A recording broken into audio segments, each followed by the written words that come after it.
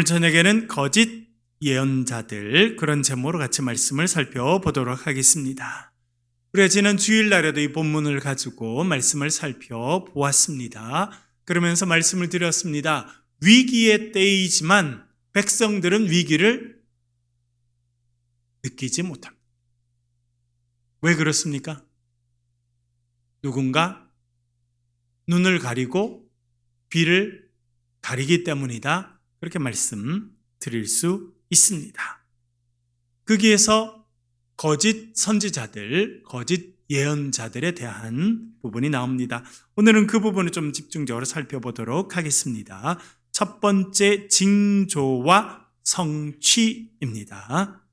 하나님께서 예레미야, 에스겔과 같은 선지자들 사용하시는데 그들이 가서 말씀으로 제 목소리로 전하게 하십니다. 하나님 말씀을 전하게 하시지만 어떤 데는 몸으로 보여주시도록 그렇게 말씀을 하실 때도 있습니다. 에스겔 12장 3절부터 6절까지 말씀을 우리 천천히 한 절씩 같이 보도록 하겠습니다. 읽겠습니다. 시작. 인자야, 너는 포로의 행장을 꾸리고 낮에 그들의 목전에서 끌려가라. 내가 내 처소를 다른 곳으로 옮기는 것을 그들이 보면 비록 반역하는 족속이라도 혹 생각이 있으리라. 너는 낮에 그들의 목전에서 내 포로의 행장을 밖에 내놓기를 끌려가는 포로의 행장 같이 하고 저물 때에 너는 그들의 목전에서 밖으로 나아가기를 포로 되어 가는 자 같이 하라. 너는 그들의 목전에서 성벽을 뚫고 그리로 따라 옮기되 캄캄할 때에 그들의 목전에서 어깨에 메고 나아가며 얼굴을 가리고 땅을 보지 말아라. 이는 내가 너를 세워 이스라엘 족속에게 징조가 되게 함이라 하시기로. 아멘. 하나님께서 에스겔에게 말씀하십니다. 짐을 싸라는 거예요. 짐을. 어떤 짐을 싸라는 거냐면 네가 예루살렘에서 바벨론으로 포로로 끌려올 때 들고 왔던 짐처럼 그런 짐을 싸라는 것입니다. 그러니까 여러분 생각해 보면 에스겔 때에 왕도 끌려오고 왕의 어머니도 끌려오고 왕의 다 가족들이 끌려오면서 아주 높은 그런 고관들, 제사장들, 그 당시 석수들, 목수들, 전문가들이 10,000명 이상 끌려왔습니다. 그러면서 그들이 짐을 쌌겠죠. 시간을 줬을 것이고 이제 바벨론으로 끌려가서 평생 살 거니까 중요한 것만 챙겨라. 그렇게 했을 겁니다. 그래서 사람들이 짐을 쌌겠죠. 그러니까 이 사람들은 한번 포로로 가본 경험들이 다 있는 사람들입니다. 그러니까 에스겔도 포로로 끌려갈 때 쌌던 짐이 있었겠죠. 하나님께서 네가 그때 포로로 끌려올 때 쌌던 짐과 같은 것을 싸라는 것입니다. 실제로 포로로 끌려가려고 하는 것이 아니라 사람들에게 메시지를 전달해 주기 위해서 그런 것이다 말씀하고 있습니다. 그래서 포로의 행장은 이제 짐을 싸는 거죠. 네. 여러분 짐을 싸서 이사 가보셨죠? 트럭 말고 보따리만 싸서 가본 적이 있으십니까? 저는 유학 갈 때 그랬어요. 우리 큰애가 나서 1년 좀 더 지나고 했을 때 저도 군대에서 장교로 방 3개나 되는 아파트를 줘서 잘 지내다가 이제 유학을 떠나게 되는데 모든 걸 정리하고 각자 이민 가방 2개씩, 그러니까 이민 가방 6개 모든 걸 챙겨서 미국으로 떠나게 된 것입니다. 물론 또 미국에서 9년 살고 또 모든 걸 또 다 정리하고 이민 가방 2개씩만 챙기고 한국에 오게 됐는데, 짐을 쌓아봤던 사람들은 딱 그 짐을 싸면 우리가 포로로 끌려갔을 때 그 짐이네 하는 것을 알 수 있었을 것이라고 생각이 듭니다. 그래서 에스겔에게 포로 끌려가는 그 짐을 싸라는 것입니다. 그리고 어떻게 두라는 것입니까? 낮에는 그들 목전에 끌려가라. 내가 내 처소를 다른 곳으로 옮기는 것을 그들이 보면 비록 반역하는 족속이라도 혹 생각이 있으리라. 이거는 에스겔을 위해서 짐을 싸라는 것이 아니라 이 백성들에게 경고를 주고 말씀을 전달하기 위해서. 너희들이 우리가 이렇게 끌려온 적이 있었는데 또 끌려가게 될 것이고, 사실은 이 에스겔이 던지는 메시지는 그가 첫 번째 던지는 것은 바벨론에 끌려와 있던 만여 명의 유대인들에게 던지는 메시지입니다. 그러나 궁극적인 메시지는 사실은 지금 예루살렘의 남유다에 남아있는 백성들에게 던지는 메시지입니다. 제가 말씀드린 것처럼 예루살렘에서 바벨론까지 가려면 가는 길이 1500km가 됐습니다. 엄청 멀죠. 그러면 여러분, 그 정도 머니까 그 옛날이니까 뭐 차도 없고 그러니까 왕래를 안 했을까요? 왕래를 했을까요? 했겠습니까? 안 했겠습니까? 왕래를 했습니다. 왜? 여전히 친척들도 있고 여전히 왔다 갔다 할 일도 있고. 여러분, 느헤미야 같은 데 보면 느헤미야의 동생이 예루살렘에 가서 성문이 회파된 걸 보고 와서 형한테 다 이야기를 해주죠, 여러분. 그걸 봐도 그 먼 길이었지만 사람들이 왔다 갔다 했다는 것을 알 수 있습니다. 가면 어떤 사람들은 편지에 써서 보내기도 하고 어떤 사람은 말로 전달해 주기도 하고 해서 결국 에스겔이 지금 바벨론에 전달한 이 메시지는 궁극적으로는 예루살렘에 있는 사람들에게 전해지도록 되어 있었다라고 하는 것입니다. 그러면서 경고를 보내줍니다. 벌써 바벨론에 포로로 끌려갔던 사람들, 그 사람들처럼 이제 너희들도 정신 차리지 않으면 포로가 돼서 끌려갈 것이다 라고 하는 메시지를 전달하라는 것입니다. 그래서 본인들이 포로로 끌려올 때 짐을 쌌던 그 가방, 거기에다가 짐을 싸서 밖에 내두는, 보여주는 것입니다. 우리가 포로가 돼서 끌려왔는데 지금 예루살렘도 정신 차리지 않으면 우리처럼 포로로 끌려오게 될 것이다 라고 하는 것을 징조로 보여주라는 것입니다. 그래서 4절에 보면 너는 낮에 그들의 목전에서, 그러니까 이거는 에스겔을 위한 것이 아니라 같이 끌려와 있는 유대인들, 그리고 이 유대인들의 친척들이 아직도 남아있는 예루살렘의 메시지를 전하기 위한 것이라고 하는 것을 알게 됩니다. 낮에 그들의 목전에서 내 포로의 행장을 밖에 내놓기를 끌려가는 포로의 행장같이 하고, 말씀드린 것처럼 네가 포로로 끌려왔을 때 썼던 그 가방에다가 짐을 그대로 챙겨서 밖에 놔두라는 것입니다. 사람들이 다 보면서 에스겔이 우리가 끌려왔을 때, 포로로 끌려왔을 때 쌌던 짐을 그대로 또 싸서 놨네, 어디 끌려가나? 그렇게 생각하도록 메시지를 전하라는 것입니다. 그리고 저물 때에는 너는 그들의 목전에서 밖으로 나아가기를 포로되어 가는 자 같이 하라. 그래서 이제 어두워지면, 여러분, 어두워지면 사람들이 사실은 집 안으로 나갔다고도 들어오는 때입니다. 집으로 돌아오는 때예요. 여러분, 지금처럼 뭐 밖에 가로등이 있고 대구라는 도시 얼마나 환합니까? 그래도 밤이 되면 사람들 다 집으로 들어갑니다. 그런데 어두워질 때 그때 밖으로 나가라. 벌써 이게 상징적인 행동을 이야기하는 것입니다. 어두워졌다는 것은 뭘 의미합니까? 위기의 때라는 것입니다. 희망이 사라진다는 뜻입니다.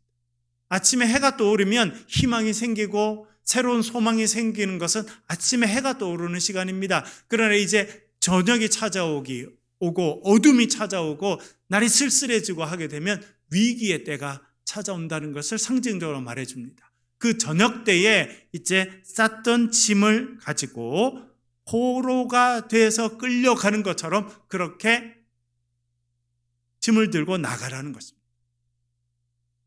그리고 5절에 보면 그들의 목적에서 성벽을 뚫고 그리로 따라 옮겨가라 이야기합니다. 이것은 뭐 그 성벽에 구멍을 내라 그런 뜻은 아니고 성벽도 이렇게 틈이 나 있는 곳이 있었다고 생각이 되고요.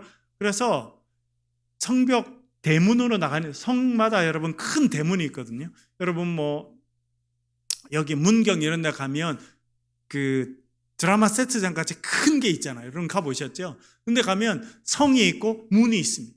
그러니까 보통 사람들은 성의 문을 열고 열려있는 동안에 문을 통해서 왔다 갔다 하는데 그렇게 하지 말고 어디를 통해서 성을 빠져나가라는 것입니까? 성의 좀 허술한 부분, 좀 틈이 나 있는 그곳으로 빠져나가라. 정상적으로 문을 나갈 수 없는 사람들, 그런 사람들이 도망갈 때 숨어서 나가고 몰래 나가고 그것처럼 하라는 것입니다. 그러니까 포로로 끌려왔을 때 들었던 그 가방을 챙겨서 큰 문이 아니라 쪽문, 사람들이 숨어서 다니는 그 길로 나아가라, 그렇게 이야기하고 있습니다. 그리고 6절에 보면 얼굴은 어떻게 하라고요? 얼굴은 가리라. 어떨 때 얼굴을 가리겠습니까, 여러분? 어떨 때 얼굴을 가립니까? 사람들이 나를 못 알아보게 할 때 얼굴을 가립니다. 여러분, 요즘에는 사람들이 나 얼굴을 가리려면 어떻게 해요? 마스크 쓰고 선글라스 쓰고 모자 쓰면 아무도 알아볼 수가 없어요. 그처럼 얼굴을 가리라는 것입니다. 못 알아보게. 또 어떨 때 얼굴을 가립니까? 여러분, 또 어떨 때 얼굴을 가립니까? TV 같은 데 뉴스 나니까 누가 얼굴을 딱 가립니까? 네. 숨어야 될 사람, 범죄자들, 뭔가 숨겨야 될 사람들은 얼굴을 가리게 돼 있습니다. 마치 지금 뭔가 잘못해서 죄를 지어서 끌려가는 사람처럼 네가 얼굴을 가려라, 그렇게 지금 말씀하고 있습니다. 그것이 왜 네가 그렇게 해야 되냐면 내가 너를 세워서 이스라엘 족속에게 징조가 되게 하기 위함이다 말씀하십니다. 말씀드린 것처럼 지금 에스겔은 바벨론에 있습니다. 이 사람이 지금 예루살렘에 와서 하는 건 아닙니다.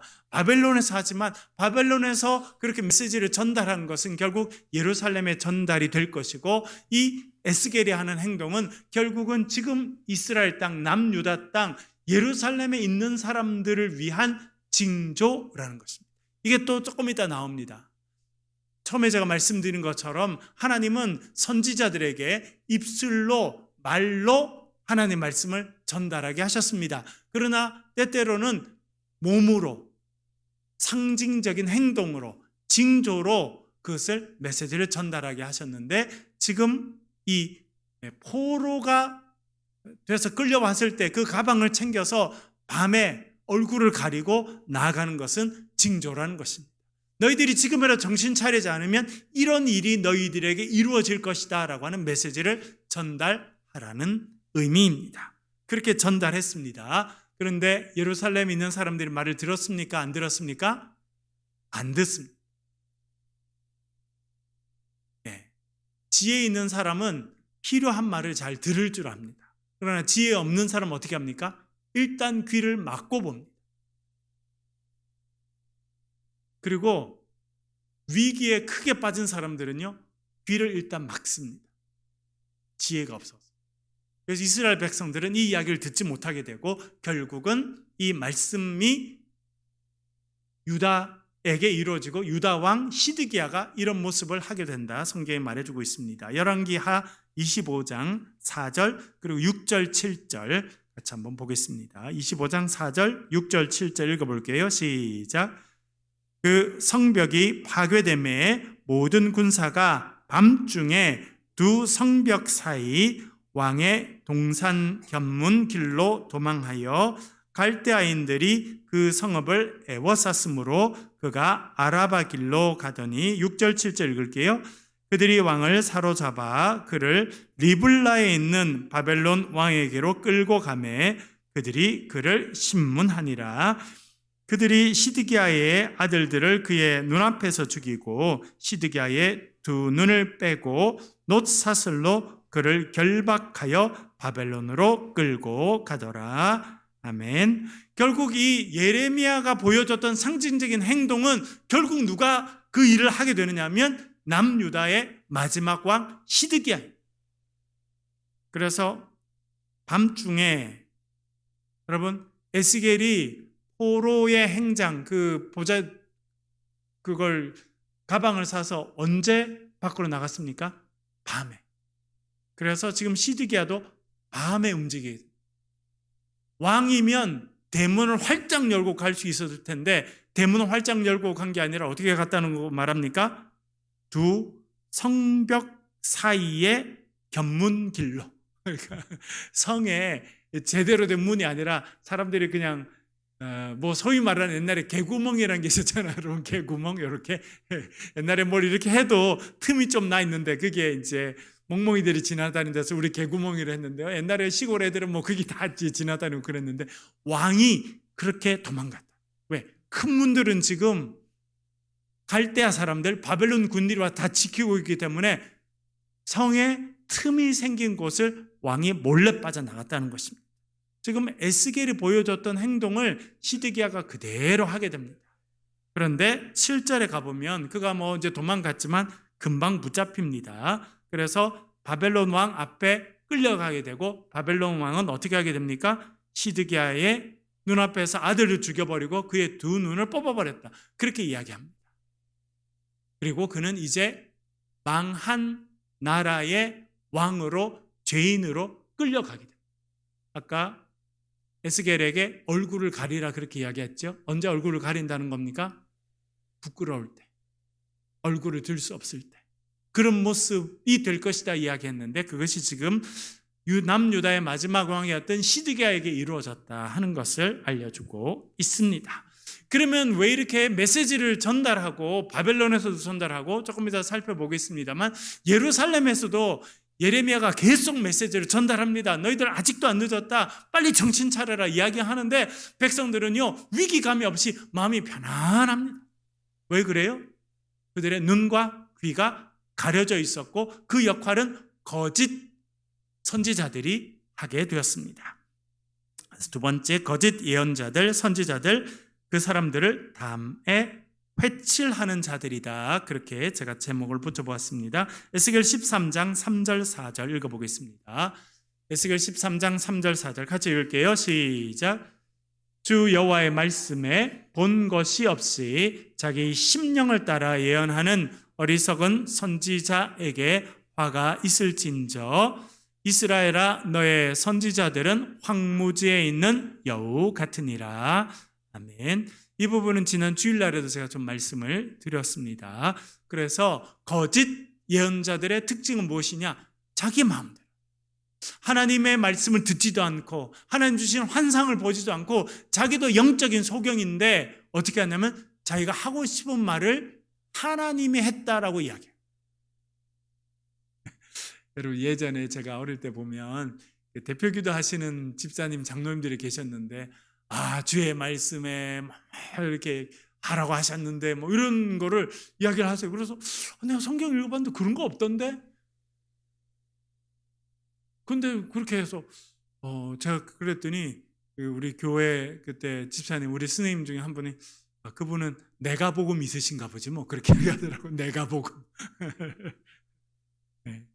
뭐 그분들은 이제 그렇게 뭐 다른 악한 의도가 있으시거나 그렇지는 않고 좀 정확하지 않은 이야기를 하셨다 이렇게 생각이 되는데 지금 이 선지자들은요 하나님의 음성을 들은 적도 없고 영안이 열려서 환상을 본 적도 없는데 자기의 원하는 대로 말을 해준다.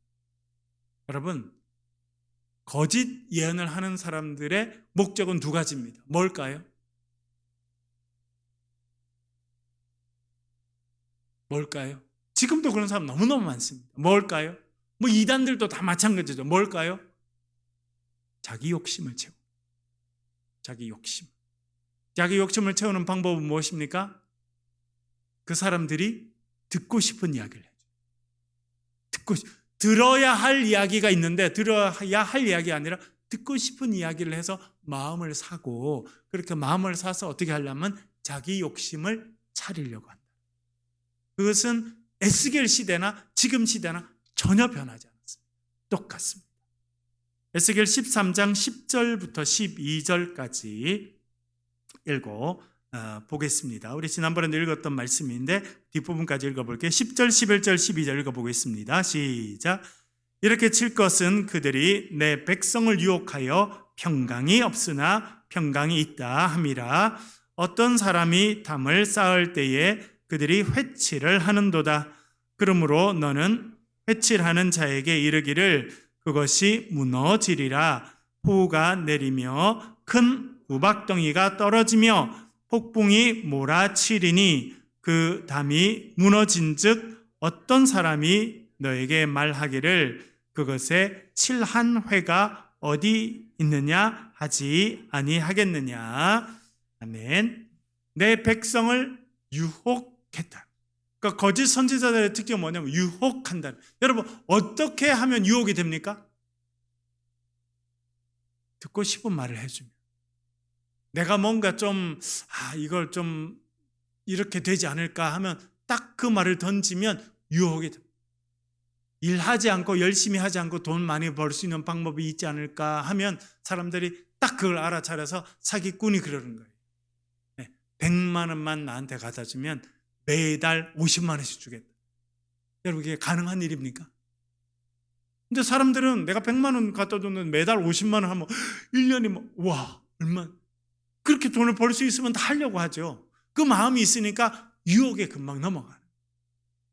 유혹하는 사람들이 뭐라 유혹하냐면 평강하다는 거죠. 야 걱정할 거 없다. 두려워할 거 없다. 평강하다라고 이야기. 왜? 그 말을 듣고 싶은 거예요. 백성들은. 지금 엄청난 위기입니다. 멸망으로 달려가는 남유다 백성들입니다. 백성들도 그거 알고 있어요. 왜? 벌써 포로가 2번이나 끌려갔잖아요. 주전 605년 다니엘을 비롯한 젊은 청년들이 바벨론으로 끌려갔습니다. 그리고 주전 597년에 심지어 왕과 왕후와 제사장들과 그런 기술자들이 10,000명 이상 벌써 끌려갔어요. 나라가 지금 멸망 가운데로 내려가고 있다는 것을 모든 백성들이 알고 있습니다. 그런데 사람은요 불안하지 않고 괜찮다라고 말을 듣고 싶은 거예요. 내가 죽지 않을 거다라는 말을 듣고 싶은 거예요. 평안하다는 말을 듣고 싶은 거예요. 그래서 거짓 선지자들은 뭐라고 이야기해 준다는 겁니까? 걱정할 필요 없어. 우리 안 망해. 괜찮아. 아무 걱정하지 마. 그냥 살아. 괜찮다고 이야기해 준다는 거예요. 그게 백성들을 유혹. 왜? 백성들이 그 말을 듣고 싶으니까. 그렇게 말을 해서 백성들의 마음을 얻는다는 거예요. 그게 유혹에 빠진 것입니다. 그리고 10절 마지막에 이렇게 돼 있죠. 어떤 사람이 담을 쌓을 때에 그들이 회치를 하는도다. 그러니까 2가지 일을 지금 한다는 거죠. 어떤 사람은 담을 쌓았습니다. 여러분 옛날에 지금도 많이 그럽니다만 어릴 때 보면 저희 집을 옛날에 제가 어릴 때 초등학교 다닐 때 아버님이 이제 어디 딴 동네를 가셔서 집을 지었거든요. 그래서 봤는데 블럭 있잖아요. 우리는 보르꾸라고 그랬는데 그 블럭을 하나 세우고 또 위에다가 이렇게 시멘트를 올려서 또 올리고 그렇게 하잖아요. 그게 담을 쌓는 거죠. 담을 쭉 다 쌓아 나오면은 그 다음에는 집이 그대로 있는 게 좋습니까? 페인트를 칠하는 게 좋습니까? 페인트 칠해야 예쁘죠. 지금 그렇게 한다는 것입니다. 누군가는 담을 쌓습니다. 담을 쌓는다는 건 무슨 뜻이냐면 야, 담 쌓잖아. 그러니까 안전해. 야, 이 담 안에 있으면 괜찮아라고 지금 누군가 담을 쌓는다는 것입니다. 그리고 그 쌓은 담에다가 회칠. 여러분 회칠이 뭡니까? 우리 얼굴에 분칠하는 거랑 똑같은 거예요. 예뻐 보이게. 얼굴에 좀 점도 나 있고 좀 기미도 있고 그런데 화장을 이렇게 예쁘게 잘 하면 안 보이게 되잖아요. 그렇게 한다는 거예요. 담을 쌓는 사람은 누굽니까? 그 당시 정치 지도자들, 사회 지도자들이 백성들이 위기 가운데 있는데 괜찮다 하면서 쇼하느라 담을 쌓아준다는 거예요. 그런데 담을 쌓고 나면 이 거짓 예언자들이 와서 그 담에다가 회칠, 분칠을 하얗게 해서 봐라, 되게 예쁘지? 괜찮아 라고 이야기한다. 실제로 괜찮습니까? 아니요. 거짓 평안을 준다는 것입니다. 그것이 사람들을 유혹하는 길이다. 그렇게 이야기하고 있습니다. 근데 주님께서 뭐라 말씀하십니까? 그 담이 무너질 것이다. 내가 폭우를 내리고 큰 우박덩이가 떨어지고 폭풍이 몰아쳐서 담이 무너질 것이다. 그렇게 말씀하고 있습니다. 그렇게 사람들을 거짓말로 유혹해서 괜찮다 하는 사람이 있었어요. 그런데 그 사람들보다 좀 더 적극적인 행동을 하는 여성들이 있었습니다. 거짓 예언자, 그 다음에는 영혼을 사냥하는 자들인데요. 에스겔 13장 17절 18절 읽어보겠습니다. 17절 18절 읽어볼게요. 시작.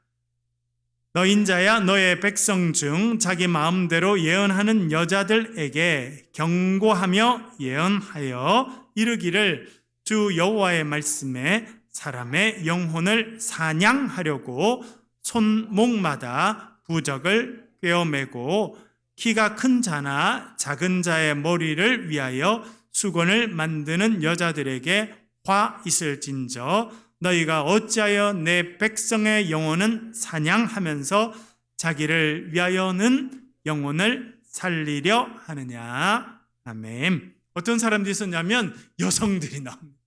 여러분, 그 시대나 지금이나 여성들이 훨씬 더 종교적입니다. 그리고 이 사람들이, 거짓 예언자들이 잘하는 건 뭐냐면 사람들이 뭘 가지면 마음이 편안해 한다는 걸 알게 돼요. 그래서 여러분, 안 믿는 사람들, 믿는 사람들 중에 그런 사람이 가끔 있겠습니다만, 안 믿는 사람들이 우환이 생기고 어려움이 있고 하면 가서 돈을 주고 뭘 사와요? 부적을 사와서 붙이고. 여러분, 옛날에 지금은 그런 데가 별로 없습니다. 아니, 지금도 보니까 좋은 아파트에 그렇게 명태 같은 거 이렇게 올려놓고 하는 거 보셨어요, 여러분? 지금도 그렇게 하는 사람 있어요, 없어요? 많습니다. 지금도 많아요. 저도 얼마 전에 이사를 했습니다만, 저희들 이사를 하는데 그 견적을 보러 어떤 분이 이사하게 2달 전에 오셨어요. 그래서 우리가 2월 말에 이사를 가야 된다. 그랬더니 날짜를 이야기했더니 뭐냐면, 목사님, 그날은 손이 있는 날, 내가 계속 헷갈려. 손이 있는 날 이사하는 거예요? 손이 없는 날 이사하는 거예요? 손 없는 날. 그럼 손은 있는 날에는 이사하면 안 되는 거예요? 하여튼 저렇게 아직도 손 있는 날에 가야 되는데 없는 날에 가야지 모르겠는데, 우리가 이사 갈 날을 딱 말했는데 사장님 뭐라냐면, 목사님, 그날은 이사가 꽉 찼습니다. 그리고 하신다면 할 수 있는데 훨씬 비쌉니다. 그래서 그 다음날 가능하냐고. 그래서 우리는 아무 날에는 괜찮다 했더니 그 다음날 하시자 하더라고. 그래서 이사 비용을 50만 원을 깎아줬어요. 똑같은 이사인데. 왜? 하루만 놓치면 자기들 50만 원까지 낮춰줄 수 있다는. 왜? 다 그날 이사하려고. 그래서 내가 21세기 대한민국 선진국에 사는 사람들도 아직도 귀신 겁내가지고 함부로 이사를 못해. 귀신이 겁나가지고. 그런 집에 가면 명태 같은 거 안 넣어놨겠어요? 부적 한두 개 안 갖고 있겠어요? 옛날에 사람, 요즘에도요, 젊은이들이 부적을 얼마나 좋아하는지.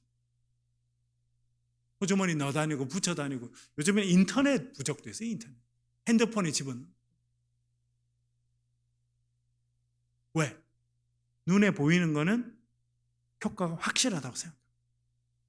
그거를 사람들이 예레미야 시대 때, 에스겔 시대 때 알고 있었어요. 그래서 이 거짓 예언자들 중에 여자분들은 훨씬 더 적극적으로 해서 뭘 만들었다는 것입니까? 손목에 매는 부적을 만들어서 팔았어요. 우리나라에 이렇게 빨간 글자 이렇게 해가지고 부적하듯이 이 사람들은 어떻게 손목에 차는 부적을 만들어서 파는 거예요. 장사 잘 됐을까요? 안 됐을까요? 잘 됐겠습니까? 안 됐겠습니까? 잘 됐어. 여러분, 이런 부적이 많이 팔리고 점을 많이 보는 시대는요, 위기의 시대입니다.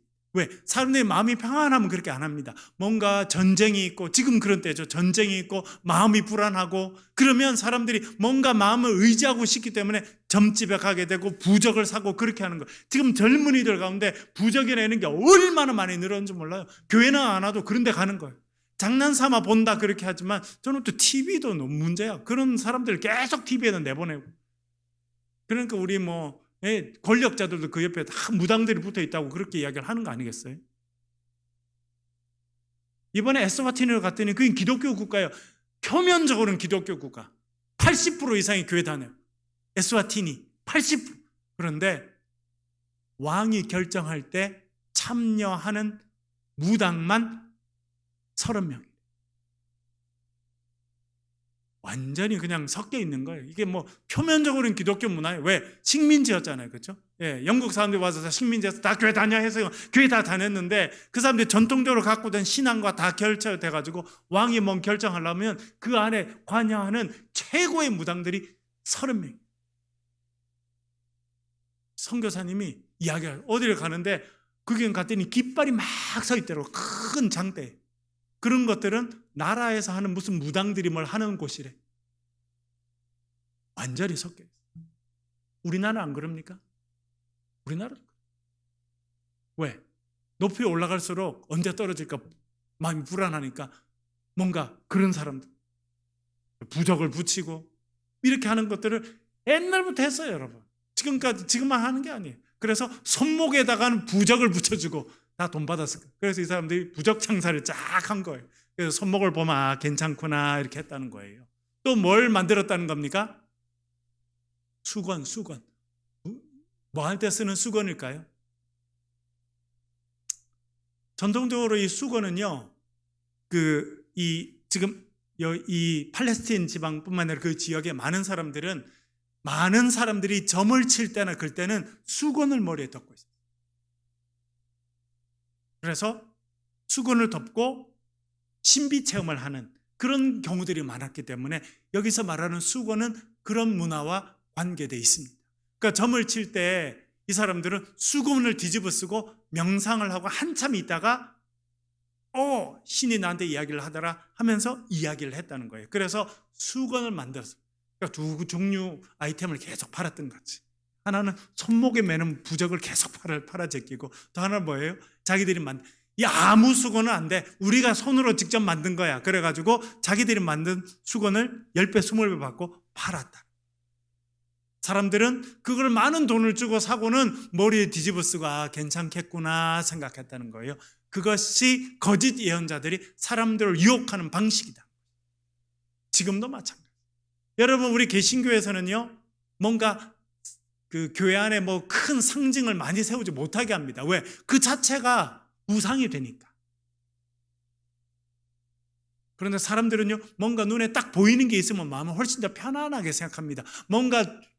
뭔가 내가 손에 쥐고 있으면, 몸에 지니고 있으면 더 마음 편안하게 생각한다는 거예요. 그래서 그 당시에 에스겔 시대에 여자 거짓 예언자들이 그렇게 했다는 것입니다.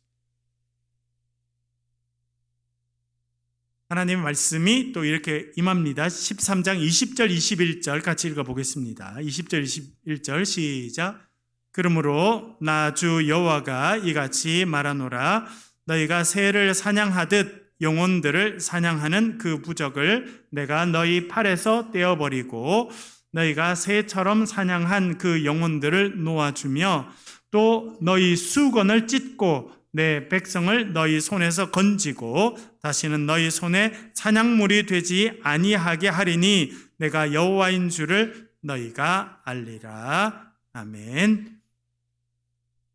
재밌죠? 부적이라고 해서 팔아서 손에 딱 묶으면 그게 뭐가 된 거라고 성경이 이야기합니까? 사냥감이 된 거라. 먹잇감이 됐다. 그래서 하나님께서 손목에 있는 부적을 풀어버리고 너희의 머리에 섰던 수건을 찢어서 너희들을 해방시켜 줄 것이다. 헛된 믿음 가운데서 벗어나게 할 것이다. 그렇게 말씀하고 있습니다. 에스겔은 바벨론에서 활동했으면 똑같은 시대에 예루살렘에서 활동한 사람은 예레미야입니다. 우리 예레미야를 묵상하였습니다만 예레미야 23장에 가면 거짓 선지자 이야기들이 또 나옵니다. 23장 21절 그리고 25절부터 27절까지 읽어보겠습니다. 같이 읽겠습니다. 시작.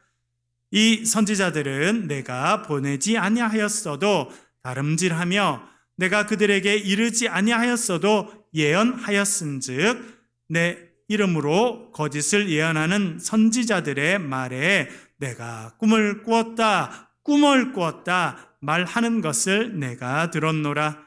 거짓을 예언하는 선지자들이 언제까지 이 마음을 품겠느냐? 그들은 그 마음에 간교한 것을 예언하느니라. 그들이 서로 꿈꾼 것을 말하니 그 생각인즉 우리의 조상들이 바알로 말미암아 내 이름을 잃어버린 것 같이 내 백성으로 내 이름을 잊게 하려 함이로다. 아멘. 거짓 예언자들은 하나님 말씀 안 해도 하나님 말씀했다고 가서 가르친다.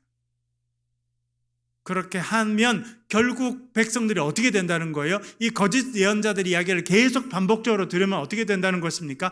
겉으로는 야, 하나님 말씀하셨다, 하나님 말씀을 들어라 이렇게 해서 자기가 계속 듣는 말씀이 하나님 말씀이라고 생각하지만 이 거짓 예언자들이 하는 이야기는 하나님과는 전혀 관계가 없는 이야기이기 때문에 결국 그 말씀을 듣는 백성들은 어떻게 된다는 것입니까? 바알로 인해서 하나님을 잊어버렸듯이 그들이 하나님의 이름을 잊어버리게 돼요. 거짓 예언자들 이야기를 계속 들으면 뭔가 지금 그 사람들이 성경 이야기하고 하나님 이야기도 하고 해서 뭔가 하나님을 섬기는 것 같지만 결국 하나님부터 멀어지게 돼요. 이단들이 똑같습니다. 이단들은요, 성경을 더 많이 강조합니다. 성경 공부를 더 많이 시킵니다. 그러나 거기에 빠져서 지나면 하나님과 멀어진다. 그게 거짓 예언자들의 결과입니다. 다섯 번째는요, 예레미야의 멍에와 하나냐. 이번에는요, 거짓 예언자가 아니라 그 당시 아주 존경을 받고 영향력이 컸던 하나냐라는 사람 이야기가 예레미야에 등장합니다. 읽어볼게요. 예레미야 27장 2절 12절 읽어보겠습니다. 시작. 여호와께서 이와 같이 내게 말씀하시되 너는 줄과 멍에를 만들어 내 목에 걸고 내가 이 모든 말씀대로 유다의 왕 시드기야에게 전하여 이르되 왕과 백성은 바벨론 왕의 멍에를 목에 메고 그와 그의 백성을 섬기소서 그리하면 사실이라. 아멘. 여러분 멍에 보셨어요? 소 등에 올리는 멍에? 네, 저희 집에 있어서 저는 봄에 보면 늘 아버님이 이렇게 소 목에다가 등에다가 이렇게 멍에 이렇게 씌었다처럼 생기고 목에 딱 하면 이렇게 묶어가지고 이렇게 하는데 그런 것을 만들어서 메고 다니라는 거예요. 상징적인 행동을 하라는 것입니다. 예레미야에게도. 에스겔도 그랬던 것처럼 지금 예레미야는 목에다가 큰 이렇게 나무로 된 소에 올리는 멍에 같은 거를 메고 다니라 그렇게 말씀하셨습니다. 사람들이 물어볼 거 아니야. 아, 예레미야 선지자 목에 그런 걸 왜 메고 다니냐? 소들이나 메고 다니는 멍에를 왜 당신은 메고 다니냐? 하면 뭐라 말하라는 것입니까? 시드기야, 특별히 시드기야 왕 앞에 가서 이야기를 하는 것입니다. 왕이요, 바벨론 왕이 목에 메어주는 그 멍에를 메고 바벨론 왕을 정해진 기간 동안 섬기십시오. 그래야 살 수 있습니다. 그렇게 이야기를 해요. 여러분, 지금 이스라엘 전쟁을 하고 있고 참 여러 가지 복잡한 일들이 많은데 이스라엘 백성들은요, 자존심이 얼마나 세죠. 제가 지난번에 말씀드렸죠. 여러분, 그 총독 빌라도가 와가지고 처음에 와가지고 그 사람들에게 그 왕이 그림이 있는 그 깃발을 이렇게 성 안에 걸었어. 그랬더니 백성들이 와서 그걸 치워달라. 5일 동안 밖에 있었어. 5일 동안 밖에서 물도 안 마시고 밖에서 치워달라. 그랬더니 감히 지금 로마 황제가 보낸 나에게 그래? 야, 너희들 죽여버린다. 위협한 거죠. 그랬더니 유다 백성들이 뭐라 그랬다는 거예요? 우상으로 거룩한 도시가 오염되는 걸 보느니 이 자리에서 우리를 다 죽이십시오. 유다 백성들이 옛날부터 그래요. 보통 사람들.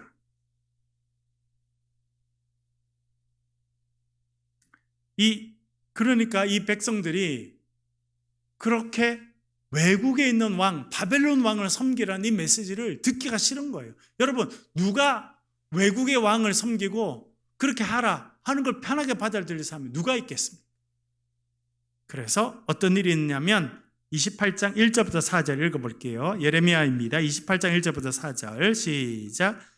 그해 곧 유다 왕 시드기야가 다스리기 시작한 지 4년 5째 달 기본 아술의 아들 선지자 하나냐가 여호와의 성전에서 제사장들과 모든 백성이 보는 앞에서 내게 말하여 이르되 만군의 여호와 이스라엘의 하나님이 이같이 일러 말씀하시기를 내가 바벨론의 왕의 멍에를 꺾었느니라. 내가 바벨론의 왕 느부갓네살이 이곳에서 빼앗아 바벨론으로 옮겨간 여호와의 성전 모든 기구를 2년 안에 다시 이곳으로 되돌려오리라. 내가 또 유다의 왕 요야김의 아들 여고냐와 바벨론으로 간 유다 모든 포로를 다시 이곳으로 돌아오게 하리니 이는 내가 바벨론의 왕의 멍에를 꺾을 것임이라. 여호와의 말씀이니라 하니라. 아멘. 이번에 누가 나왔냐면 하나냐라고 하는 이 사람은요, 거짓 예언자가 아니에요. 그 당시 많은 사람들에게 존경을 받는 좋은 가문 출신의 제대로 된 선지자였습니다. 그렇기 때문에 여러분 1장에 보면 여호와의 성전에서 제사장들과 백성들 앞에서 이야기를, 여러분 아무나 제사장들과 백성들 앞에서 말을 할 수 있었겠습니까? 못합니다. 그렇게 안 세워져요. 그러나 하나나는 그런 할 수 있을 만한 자격을 갖춘 그런 사람이었다는 것입니다. 그런데 그가 그 당시 활동을 하던 예언자였지만 영적인 눈은 어두웠습니다. 그래서 그가 한 행동은 무엇이냐면 백성들이 원하는 이야기를 해주는 거예요. 백성들은 지금 망해 가니까, 그리고 주전 597년에 왕이 끌려갔잖아요. 시드기야 전에 여호야긴 왕이 끌려갔죠. 제사장들도 끌려갔죠. 그럴 때 여호와의 성전에 있는 물건들도 많이 가져갔습니다. 근데 뭐라 말합니까? 2년 안에 돌아올 것. 지금 예레미야는 바벨론 왕이 메어준 멍에를 메고 바벨론 왕을 섬기라고 말하는데, 하나나는 뭐라 말하냐면 뭔 소리냐? 하나님께서 멍에를 꺾을 것이고 2년 안에 끌려갔던 사람들이 다 돌아올 것이다. 여러분, 사람들이 듣고 싶은 이야기는 바벨론에 가서 바벨론 왕을 섬기라는 것입니까? 안 그러면 빼앗겼던 걸 모두가 되찾을 것이다 라고 하는 말을 듣고 싶다는 것입니까? 다 그렇죠. 하나나는 그것을 잘 알았습니다. 그래서 백성들이 원하는 이야기를 해주게 된 것입니다. 사람들은 예레미야의 말을 더 좋아했겠습니까? 하나냐의 말을 더 좋아했겠습니까? 28장 10절 11절 읽어보겠습니다. 읽어볼게요. 시작. 선지자 하나냐가 선지자 예레미야의 목에서 멍에를 빼앗아 꺾고 모든 백성 앞에서 하나냐가 말하여 이르되 여호와께서 이와 같이 말씀하시느니라. 내가 2년 안에 모든 민족의 목에서 바벨론 왕 느부갓네살의 멍에를 이와 같이 꺾어버리라 하셨느니라 하매 선지자 예레미야가 자기의 길을 가니라. 아멘. 하나냐가 말하면서 예레미야가 목에 메고 다녔던 멍에를 탁 꺾어버렸어요.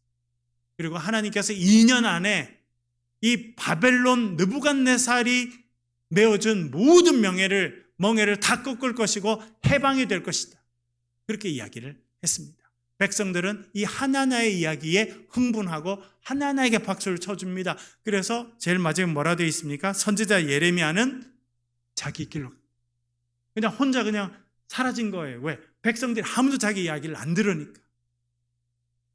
그래서 결국은 거짓 예언자들이 백성들의 눈을 가리고, 그 당시 나름 인기가 많았던 하나나도 백성들이 원하는 이야기를 해줍니다. 그랬더니 백성들이 박수를 쳐주고 인기를 얻게 됩니다. 그러나 어떻게 됐습니까? 예레미야가 전달하는, 에스겔이 전달하는 하나님의 음성은 백성들이 듣지 못하게 됩니다. 그래서 거짓 평안 가운데 살면서 결국은 어떻게 됩니까? 결국은 멸망할 수밖에 없는 길로 가게 됐다는 것을 알려주고 있습니다. 그래서 우리가 이 시대에 영적인 눈을 뜨는 그런 시대가 되어야 하는 이유는 여기 있다 하는 것을 알 수 있습니다. 우리가 말씀 가운데 영적인 눈을 뜨게 되는 저와 여러분 되시길 주의 이름으로 간절히 축원합니다.